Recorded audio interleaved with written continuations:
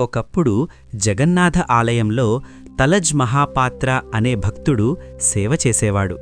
ఆయన పని ప్రతిరోజూ జగన్నాథుడికి అలంకరణ చేసి అర్పించిన పుష్పమాలను రాజుకి అందించడం. ఒకరోజు రాజు ఆలయానికి రాలేదు.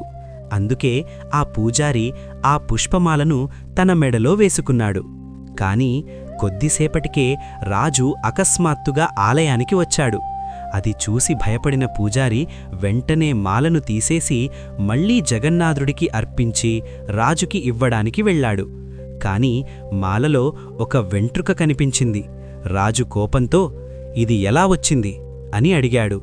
అప్పుడు పూజారి భయంతో అది ప్రభువు జగన్నాథుడు జుట్టు మహారాజా, ఆయన జుట్టు పెరుగుతోంది అని చెప్పేశాడు.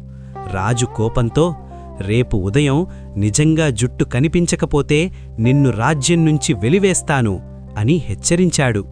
ఆ రాత్రంతా పూజారి కన్నీళ్లతో ప్రార్థించాడు. ప్రభూ, నా పరువు కాపాడండి అని వేడుకున్నాడు. మరుసటి రోజు రాజు పూజారి ఇద్దరూ ఆలయానికి వచ్చి చూసినప్పుడు అక్కడ ఒక అద్భుతం జరిగింది. జగన్నాథుడికి రత్నసింహాసనాన్ని తాకేంత పొడవైన జుట్టు కనిపించింది. ఇది నమ్మలేక రాజు ఒక వెంట్రుకను లాగడానికి ప్రయత్నించగా అక్కడి నుంచి నిజంగానే రక్తం కారడం ప్రారంభమైంది. అది చూసి రాజు ఆశ్చర్యపోయి పూజారి భక్తికి నమస్కరించాడు. కింద కామెంట్స్లో జై జగన్నాథ్ అని రాయండి.